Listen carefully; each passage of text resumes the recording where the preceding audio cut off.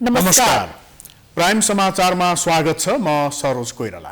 म संगीता कटुवाल। सुरु गरौं अहिलेसम्मका प्रमुख समाचारबाट। आज एम पञ्चकको चौथो दिन गाई गोरु र महपूजा भोलि भाइटिकाको साइत 11 बजेर 2 मिनेटमा नेपाल सम्बतको नयाँ वर्ष आजदेखि सुरु, घर जानेलाई शास्ति। तिहारका बेला कागज तथा प्लास्टिकका फूलको प्रयोग बढ्दा पुष्प व्यवसायी मर्कामा सयपत्री र मखमली फूल लोपोन्मुख बन्दै वातावरणमा पनि नकारात्मक असर।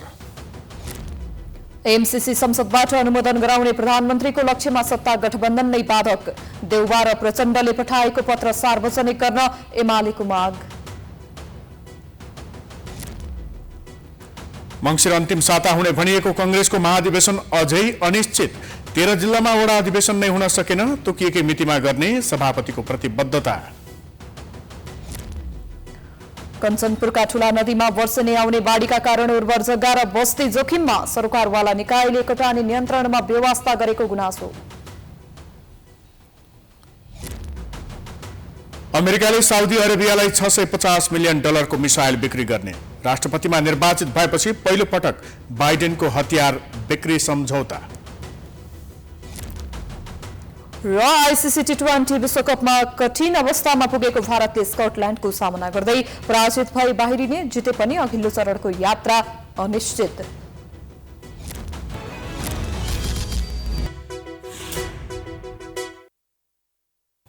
अब समाचार विस्तारमा। आज यमपञ्चक अर्थात् तिहारको चौथो दिन। आज एकै दिन गाई गोरु अर्थात् गोवर्धन पूजा गरेर मनाइएको छ। यस्तै नेवार समुदायले आज म पूजाका साथ नेपाल सम्पत 1142 आज देशभर विविध कार्यक्रम आयोजना गरी मनाइएको छ। एक रिपोर्ट। नेपालीहरूको दोस्रो ठूलो चाड तिहार अर्थात् यमपञ्चकमा गाई र गोरुको पूजा आराधना गर्ने प्रचलन रहेको छ। वैदिक सनातन कालदेखि नै गाईलाई पवित्र मानी पूजा गरिँदै आइएको छ।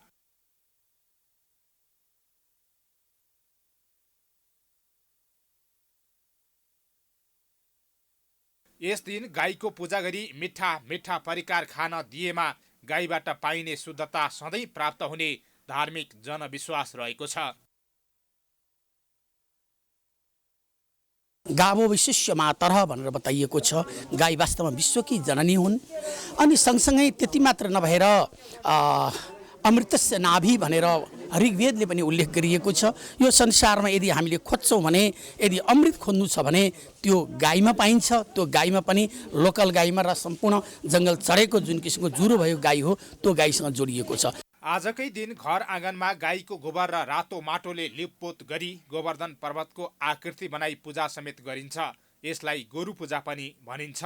भगवान श्रीकृष्णले हत्केलाले गोवर्धन पर्वत उचाली गोकुलवासीलाई मुसलधारे वर्षाबाट बचाएको सम्झनामा गोवर्धन पर्वतको पूजा गर्ने प्रचलन बसेको हो।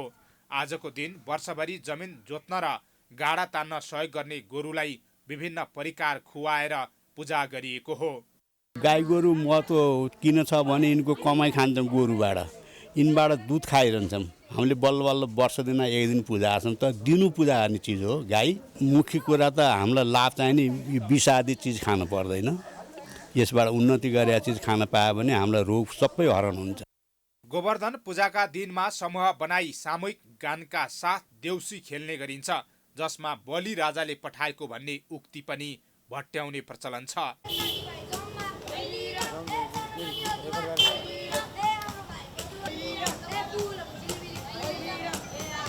यस्तै नेवार समुदायले आज म पूजा गरेका छन्। कार्तिक शुक्ल प्रतिपदाका दिन नेवार समुदायले आफ्नो आत्मशुद्धि पूजा गर्दै महपर्व मनाउने प्रचलन छ। मानिसको आत्मा नै सबैभन्दा ठुलो र महत्त्वपूर्ण भएकाले आत्मसन्तुष्ट बनाई खुसी राख्न सके देवी देवता प्रसन्न भई आशीर्वाद दिने र जीवन सार्थक हुने धार्मिक विश्वास छ।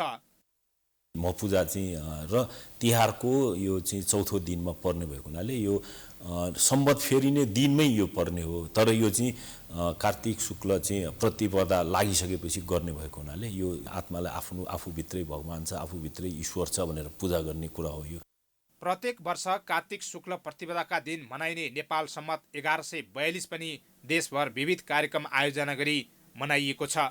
यस सम्मतलाई हाल नेवार समुदायले नयाँ वर्षका रूपमा मनाउने गरेका छन्। नेपाल सम्मतका अवसरमा काठमाडौँका विभिन्न स्थानमा न्यू दया भेन्तुना र्याली गरिएको थियो।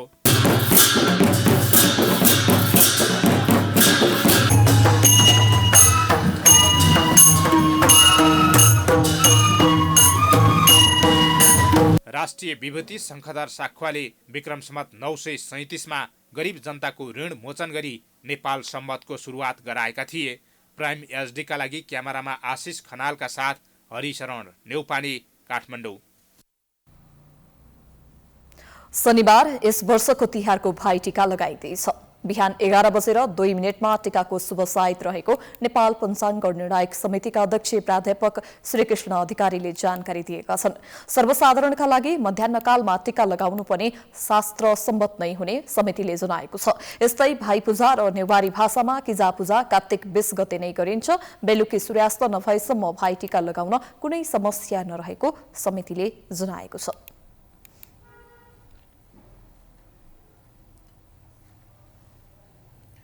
तिहारका अवसरमा उल्लासपूर्वक देउसी भैलो खेलिएको छ।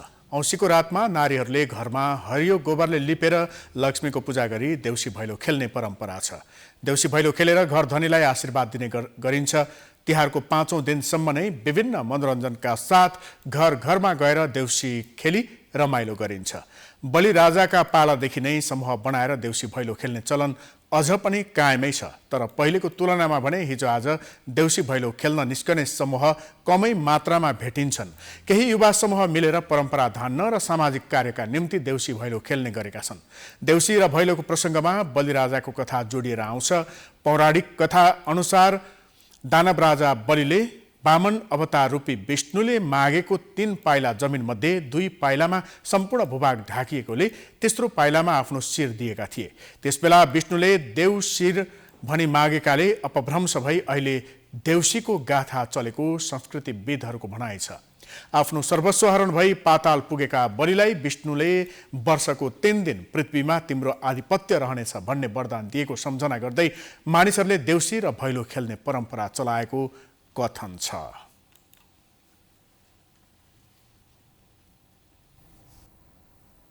नेपालीहरूको दोस्रो ठूलो पर्व तिहार र त्यसमाथि भाइटीका विशेष दिन हो। यो पर्व दिदीले भाइलाई र बहिनीले दाजुलाई अनि त्यसैगरी भाइले दिदीलाई र दाजुले बहिनीलाई विशेष मान सम्मानका साथ विधिपूर्वक पूजाआजा गर्ने, मिष्टान भोजन खुवाउने, दिदी बहिनीहरूलाई दान दक्षिणा एवं वस्त्र आदि दिने परम्परा छ। तर भाइटीकाका लागि घर जानेहरूको भिड वात्तै बढेको छ भने यात्रुहरूले सुरक्षित यात्राको लागि सवारी नपाउँदा सडकमा शास्ति बेहोर्न बाध्य छन्। एक रिपोर्ट। नेपालीहरूको दोस्रो महान चाड तिहारमा काठमाडौँ उपत्यका छोडेर भाइ टीकाका लागि गाउँ जान खोज्नेको कोटेश्वरको भिड हो। यो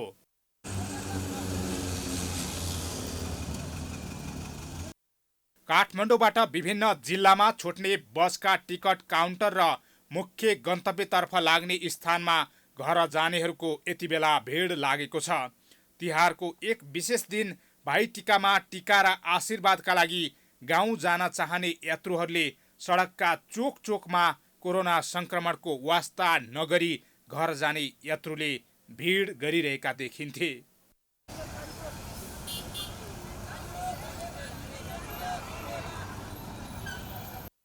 सडक र चोक चोकमा यात्रुको भिड उत्तिकै छ। यात्रुहरूले घरसम्म पुग्नका लागि सवारी साधन नपाउँदा सडकमा दायाँ र बायाँ गरेर कुदिरहेका थिए। घर जाने प्रतीक्षामा रहेका यात्रुहरू 2 घण्टा सडकमा उभिँदा पनि सवारी नपाएको गुनासो गरिरहेका थिए। म जलपाइगुडी जान लागिरहेको छु। बसेको 1.5 घण्टा जति भयो। यहाँ गाडी सबै प्याक भएर आइरहेछ। यो भएको गाडीहरू पनि होइन रिजर्भ भनिरहेछ क्या, क्युमा हाल्नु पर्थ्यो होइन, क्युमा नहाली रिजर्भ क्या मुल्न लाग्दी त्यस्तो गरिरहेछ क्या रुटकै गाडीहरूले नि। त्यो गर्नु हुँदैन नि त आजको दिन होइन। म चाहिँ सिलगढीसम्म जाँदैछु। अब बसेको भयो 2 घण्टा जस्तो। गाडीहरू एकदमै प्याक भइरहेछ। गाडी अलि कमै छ। सवारी चालकले पनि रिजर्भका लागि मात्रै भन्दै यात्रुहरूलाई निराश बनाइरहेका देखिन्थे। गाडी नपाएर सिट पाउनु नपाएर एकदम बिजोग भयो। यहाँ अब के गरी जाने हो, कसरी जाने हो, कसरी आउने हो भन्ने कुरामा एकदम गाह्रो परिरहेको छ। चाडपर्वमा जसरी पनि गन्तव्यसम्म पुग्नु आम सर्वसाधारणको बाध्यता हो। अन्य समयको तुलनामा यात्रुको सङ्ख्या बढ्ने गर्छ नै, तर यात्रुहरूलाई सहज र सुलभ यात्रा गराउनु आवश्यकता हो। सरकारले चाडपर्वलाई विशेष महत्त्व दिएर वर्षेनी यात्रुले सडकमा भोग्ने गरेका यस किसिमका समस्या र शास्तिलाई निराकरण गर्न सक्नुपर्दछ। कोरोनाको जोखिमका बेला भिड नगर्न भनिरहेको सरकारले जोखिम कम गराउन सर्वसाधारणलाई आवश्यक सवारीको प्रबन्ध पनि गरिदिनु पर्दछ। प्राइम एचडीका लागि क्यामेरामा वेद श्रेष्ठका साथ सावित्री जोशीको रिपोर्ट।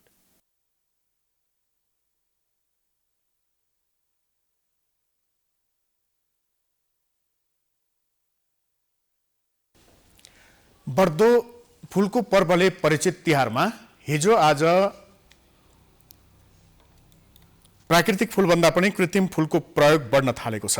प्राकृतिक फुल महँगो र पुनः प्रयोग गर्न नमिल्ने भएकाले आम सर्वसाधारणको रुचि कृत्रिम फुलमा बढ्न थालेको हो। एक रिपोर्ट। सुरु भएसँगै सयपत्री फुल, मखमली लगायत फुलको माग बढेको छ। फुल व्यापारीहरूलाई हिजो आज फुल बेच्न भ्याइ नभ्याइ भएको छ। हिजो आज बजारमा सयपत्री, मखमली, गोदावरीसँगै कागज तथा प्लास्टिकका फुलको माग बढ्न थालेको पाइन्छ, जसले गर्दा प्राकृतिक फुलको माग घटेको व्यापारीको भनाइ छ। त्यो एक साल लियो भने पनि 2-4 साल युज गर्न मिल्छ भन्ने कुराहरू पनि सुनिन्छ हैन।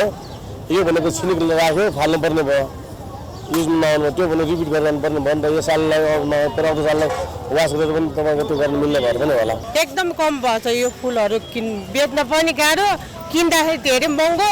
एक मुठाको हामीले 25 मा किन्नुपर्छ, अनि 30 रुपियाँ भन्दा पनि महँगो भयो भन्छ मान्छेहरू। यता आम सर्वसाधारणहरू प्राकृतिक फुल भन्दा कृत्रिम फुल सस्तो हुने र फेरि फेरि पनि प्रयोग गर्न मिल्ने भएकोले कृत्रिम फुल नै किन्ने गरेको बताउँछन्। गल्छ चाँडै, लगेर राख्न नभए 4-5 दिनसम्म बस्न पर्ने होइन, बस्दैन, अलिक फ्याप्त भएको जस्तो लाग्छ क्या।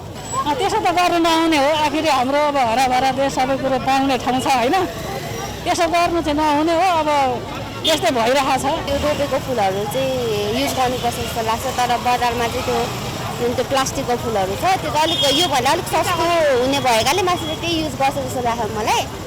अनि जसको प्रयोग गर्न चाहिँ एकदम नराम्रो छ आज होइन, इन्भाइरोमेन्टको हिसाबले नै हेर्नु भने पनि है। सयपत्री र मखमली फुल लोपोन्मुख बन्दै गएको छ। भाइ टिकाको दिन चेलीबाट निधारमा सप्तरङ्गी टिका र गलाभरि माला पहिरिएर हिँड्दा तिहार फुलकै पर्व हो भन्ने गरिए पनि अहिले फुलको विकल्पको रूपमा प्लास्टिकका माला बजारमा आएका छन्। सयपत्रीको विकल्पमा प्लास्टिकको माला प्रयोग गर्ने क्रम वर्षेनी बढ्दो छ।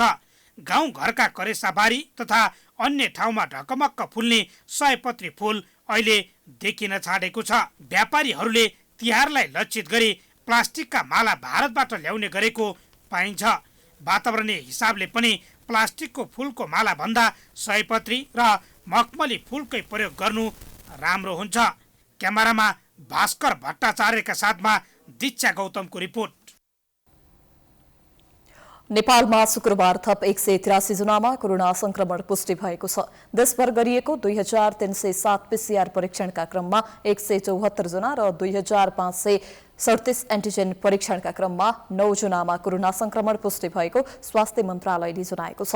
यो सँगै नेपालमा कोरोना संक्रमितको संख्या 9,09,093 पुगेको छ। त्यस्तै कोरोनाका कारण थप 2 जनाको मृत्यु भएको छ। हालसम्म नेपालमा 11,438 जनाको कोरोनाका कारण मृत्यु भएको छ। त्यस्तै थप 649 संक्रमित कोरोना मुक्त हुँदा हालसम्म नेपालमा 7,94,438 जना निको भएका छन्। हाल 8,413 सक्रिय संक्रमित आइसोलेसन र 115 जना क्वारेन्टिनमा रहेको मन्त्रालयले जनाएको छ।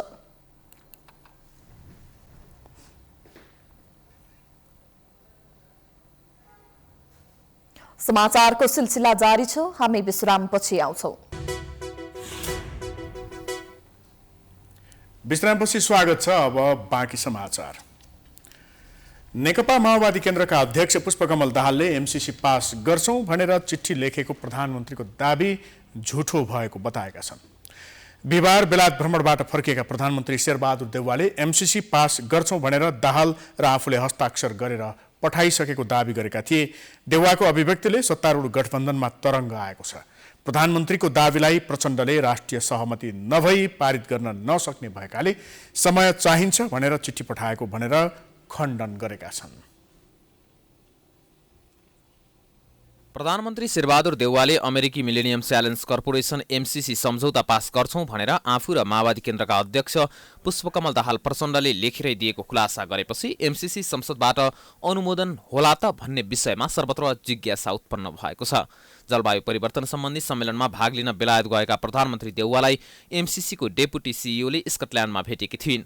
बेलायत भ्रमणबाट बिहिबार स्वदेश फर्किएका देउवाले त्रिभुवन अन्तर्राष्ट्रिय विमानस्थलमा आफूले सत्ता साझेदार दलहरूको बीचमा कुराकानी गरेको जानकारी गराएको भन्दै नेकपा माओवादी केन्द्रका अध्यक्ष पुष्पकमल दाहाल र आफूले संसदबाट एमसीसी पास गराउँछौं भनेर हस्ताक्षर गरेरै पठाएको खुलासा गरेका हुन्। प्रधानमन्त्री देउवाको यो दाबीसँगै माओवादी केन्द्रले सुरुदेखि नै एमसीसीको विरोध गरे पनि एकाएक कसरी हस्ताक्षर गर्न तयार भयो भन्ने प्रश्न उठिरहेको छ। उता सत्ता गठबन्धनमा सामेल भएको नेकपा एकीकृत समाजवादीले गठबन्धनमा छलफल गरेर अगाडि बढ्ने जनाएको छ। नेकपा एकीकृत समाजवादीका अध्यक्ष माधव कुमार नेपालले तत्कालीन नेकपाले बनाएको कार्यदलले उठाएका प्रश्नको जवाफ मिली राष्ट्रलाई कुनै पनि हिसाबमा बेफाइदा नपुग्ने भए पारित हुने बताएका छन्। उहाँले एमसीसी को अध्ययन गर्नका लागि तत्कालीन नेकपा एमालेमा एउटा कार्यदल बनाएका थियौँ।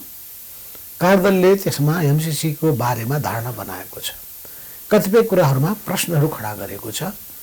त्यो प्रश्न भनेको नेपालको सार्वभौम सत्तासँग जोडिएको छ, नेपालको हितसँग जोडिएको छ।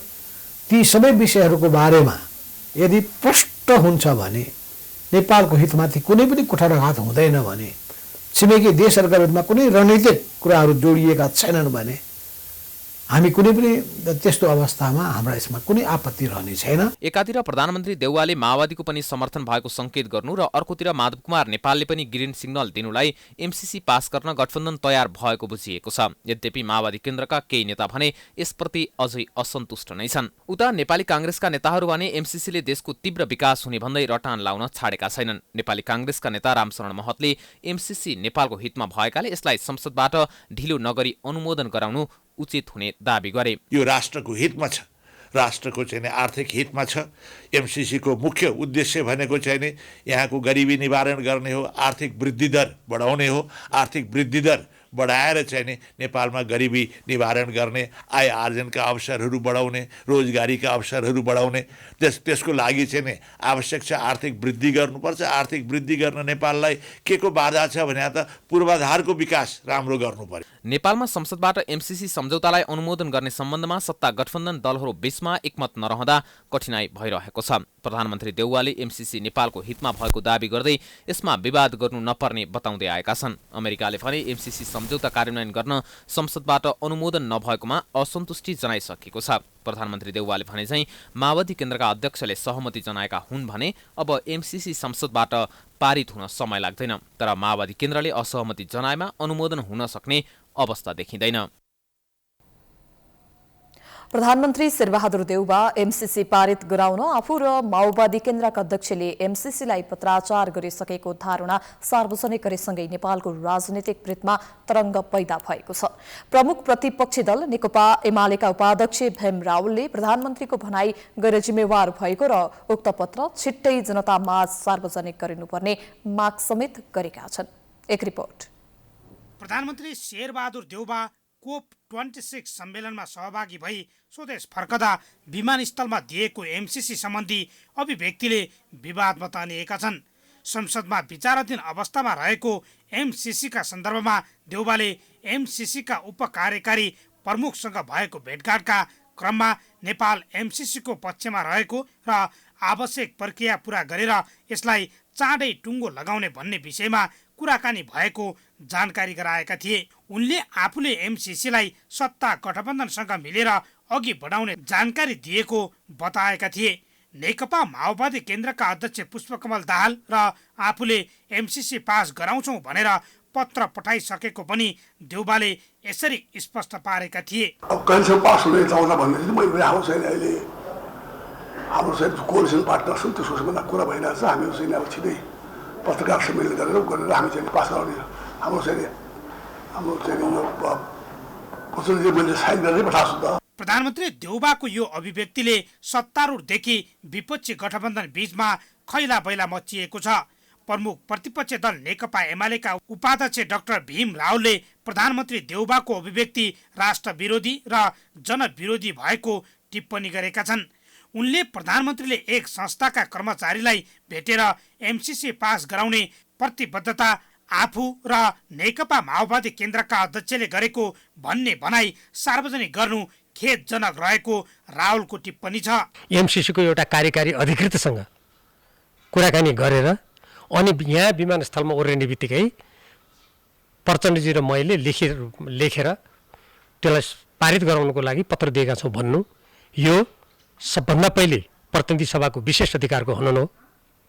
नेपाली जनताले जुन प्रतिनिधि सभा मार्फत या संसद मार्फत आफ्नो सार्वभौम सत्ताको अभ्यास गर्छन् त्यसको अपमान हो। नेपालमा एमसीसीको चर्चा सुरु भएदेखि नै एमसीसी इन्डो एसिया पेसिफिकको एक अङ्ग भएकोले यसलाई पास गर्नुहुन्न भन्दै विरोध जनाइरहेका रावलले माओवादी अध्यक्ष पुष्पकमल दाहालले कुन हैसियतमा र के का आधारमा पत्रमा हस्ताक्षर गरेको भनी प्रश्न समेत उठाएका छन्। उनले दाहालले एमसीसी सम्बन्धी पत्रमा हस्ताक्षर गरेका भए उनलाई तत्काल कानुनी कठघरामा उभ्याउनु पर्ने बताए। प्रधानमन्त्रीजीको भनाइ सुन्दा दुईजनाले संयुक्त रूपमा एउटै पत्र पठाए जस्तो अर्थ लाग्ने गरिकन उहाँले लेख्नु भएको छ। यदि त्यस्तो गरेको हो भने पनि छुट्टा छुट्टै लेखेको हो भने पनि त्यो पुष्पकमल दाहाल प्रचण्डजीले लेखेको पत्र अनाधिकृत, कूटनीतिक मर्यादा विपरीत, राष्ट्रको स्वाभिमानलाई झुकाउने अत्यन्त अनुचित काम हो। अरू देशमा यस्तो गरेको भए कठघरामा उभिनु पर्थ्यो। एमसीसीको सहयोग सम्झौता गर्नलाई अमेरिकाले निरन्तर दबाब दिनुले पनि यस परियोजनामा उसको नियत रहेको स्पष्ट हुने रावलको धारणा छ। उपाध्यक्ष रावलले तत्कालै प्रधानमन्त्री र दाहालले पठाएको भनिएको पत्र नेपाली जनतामाझ सार्वजनिक गर्नुपर्ने बताए। यदि एमसीसी पास भए देशभर कडा आन्दोलन हुने रावलले चेतावनी समेत दिए।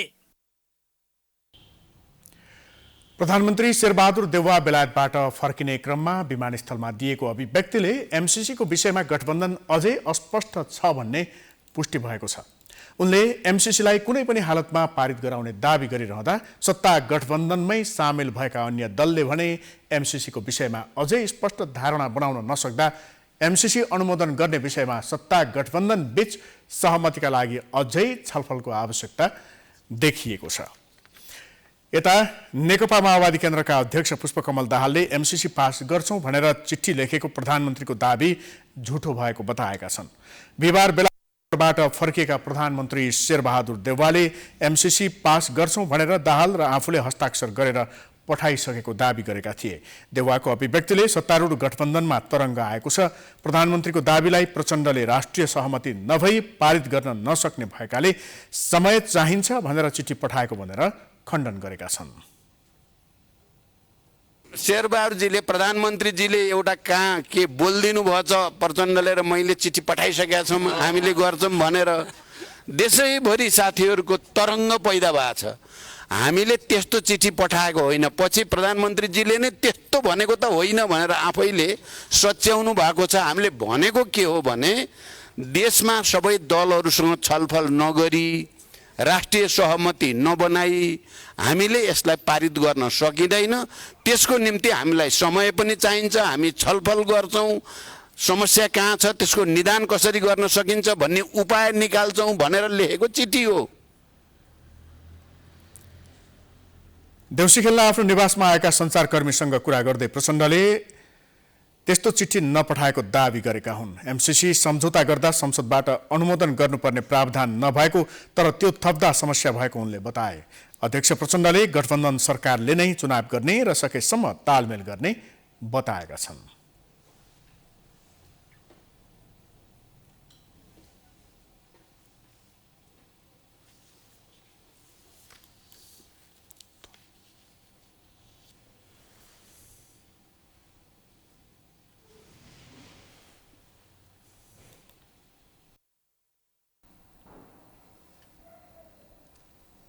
प्रधानमन्त्री एवं नेपाली कांग्रेसका सभापति शेरबहादुर देउवाले कांग्रेस महाधिवेशन तोकिएकै मितिमा गर्न आफू प्रतिबद्ध रहेको बताएका छन्।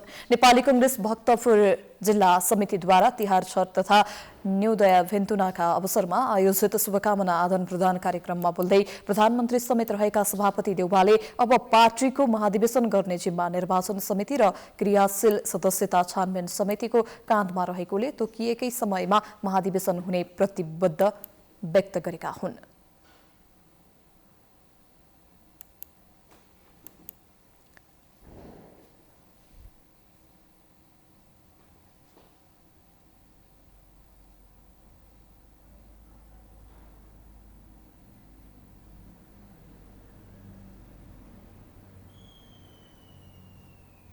हुन्छ अब अधिवेशन पार्टी सभाको हातमा छैन। निर्वाचन समिति र यो उसको त्यो त कहिले सकिसकेको छ के अरे यो क्रियाशील सदस्यता छानबिन समिति र निर्वाचन समितिको हातमा छ। मैले चाहेर पनि हुँदैन, मैले नभएर पनि हुँदैन। त्यस कारणले उहाँ आफै प्रतिबद्ध हुनुहुन्छ। हाम्रो पार्टीको महाधिवेशन टाइममा होस् भन्नेको लागि उहाँ चिन्तित हुनुहुन्छ। त्यसै कारण चाहिँ यो चाहिँ कुरा के छ भने निर्वाचन समिति र चाहिँ यो क्रियाशील छानबिन समितिको हातमा गइसकेका छ र उहाँहरू छिटो टाइममा मैले पनि फेरि मिटिङमा चाहिँ मैले मुसिबत कुनै पनि हाल्न सक्नुहोस्। सभापति देउवाले कोरोना महामारी अझै कम नभएकाले सबै सतर्क हुनुपर्ने बताए। उनले खोप नलगाएकाहरूलाई तत्काल दुवै डोज खोप लगाउन पनि आग्रह गरेका छन्। उनले बुस्टर डोजका रूपमा अस्ट्राजेनेकाको तेस्रो डोज लिनुपर्ने भएकाले सबैले खोप लगाउनुपर्ने बताएका हुन्। दुईपल्ट लिनुभएकाले खोप त्यसबाट दिनु होला। सबैले खोप नलगाएकाले पनि लगाउनु होला। मैले भनेको खोप लगाउनु नलगाएर पनि दुईपल्ट तिनपल्ट खोप लगाउनु अस्ति उसैले जोन्सन अमेरिका उसैले एकपल्ट लगाए पनि हुन्छ। त्यो त्यस कारण चाहिँ खोप चाहिँ अति आवश्यक छ। यसलाई चाहिँ तपाईँहरू सबै ध्यान दिनुहोला भन्ने लाग्दछ। प्रधानमन्त्री देउवाले आजै भक्तपुरको ठिमीमा आयोजित कार्यक्रमलाई पनि सम्बोधन गर्दै शुभकामना व्यक्त गरेका थिए।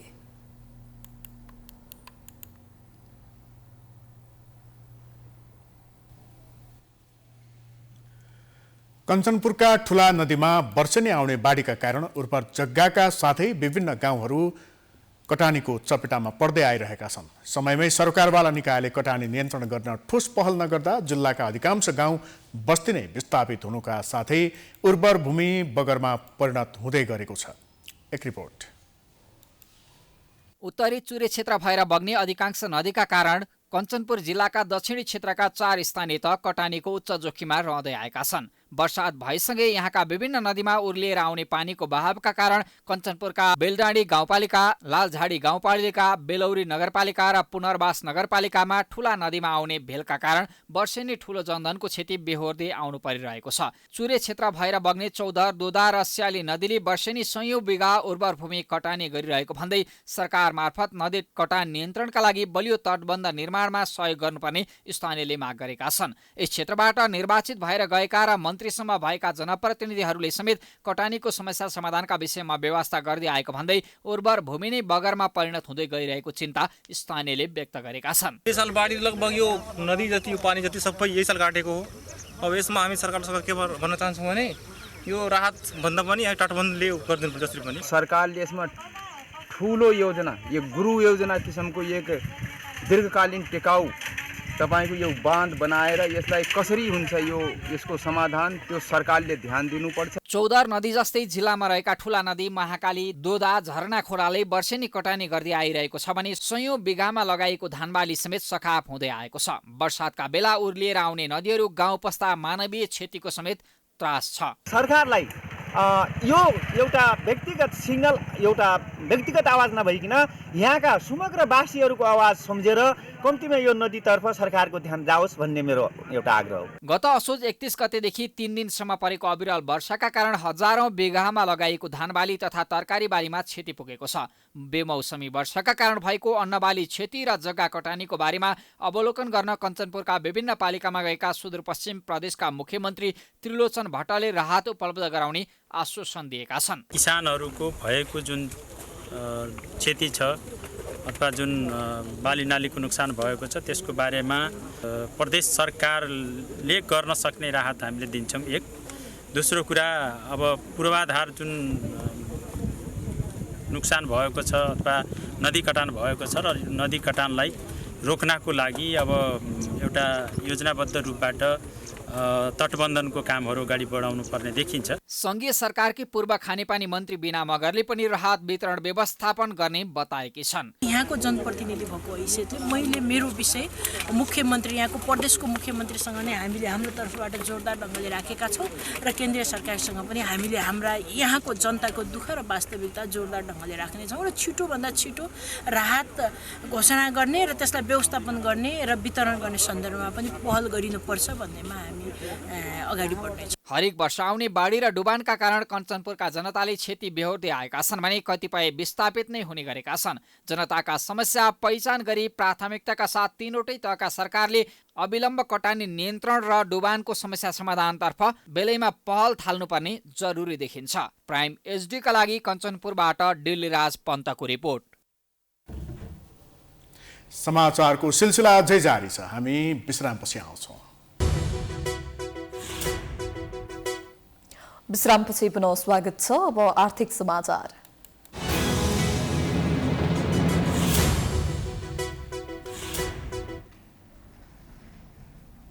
सबै स्थानीय तहमा कम्तीमा एउटा वाणिज्य बैंकको शाखा पुर्याउने सरकारी लक्ष्य अझै पूरा भएको छैन।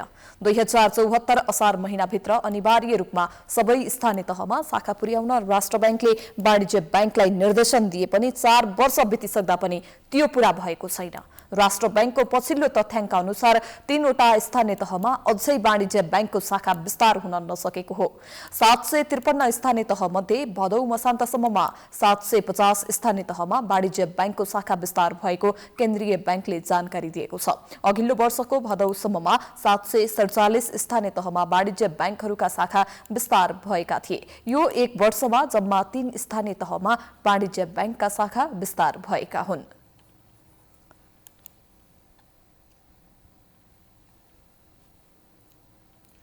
अब अन्तर्राष्ट्रिय समाचार।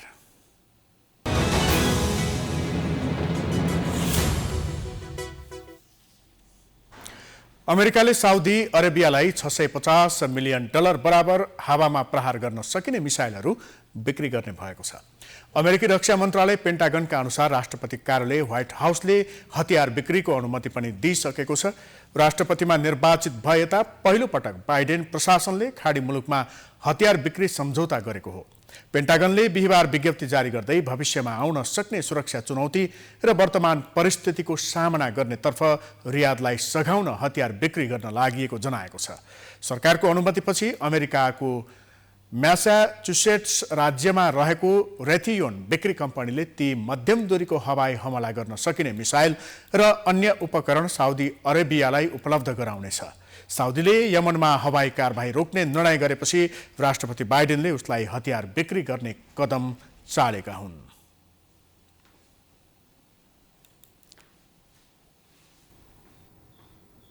अब खेलकुद समाचार।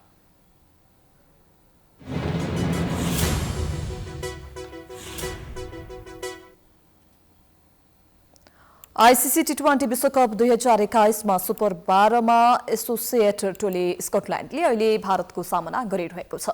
शीर्ष 2 मा रहेर सेमिफाइनल खेल्ने जिनो अङ्क गणितीय सम्भावना बचाइराख्न भारतलाई आजको खेलमा विशाल जितको आवश्यक पर्दछ। अन्तिम खेलमा भारतले सोमबार नामिबियासँग खेल्नेछ। यी 2 खेलमा भारतलाई विशाल जितको आवश्यक पर्दछ। आजको पहिलो खेलमा न्युजिल्यान्डले नामिबियालाई हराएको छ। अब न्युजिल्यान्डले अफगानिस्तान विरुद्ध खेल्नेछ। उक्त खेलमा न्युजिल्यान्ड पराजित भएमा र भारतले आज स्कटल्यान्ड र सोमबार नामिबियालाई पराजित गरे पनि सेमिफाइनलमा पुग्न नेट रन रेटमा न्युजिल्यान्डलाई पछि पार्नुपर्ने हुन्छ। पाकिस्तान सुरुवाती 4 खेलमा 4 मा नै जितका साथ सेमिफाइनलमा पुगिसकेको छ। भारत पहिलो खेलमा पाकिस्तानसँग 10 विकेट र दोस्रो खेलमा न्युजिल्यान्डसँग 8 विकेटले पराजित भएको थियो। यससँगै हामी समाचारको अन्त्यमा आइपुगेका छौं। जाँदा जाँदै प्रमुख समाचार पुनः एकपटक।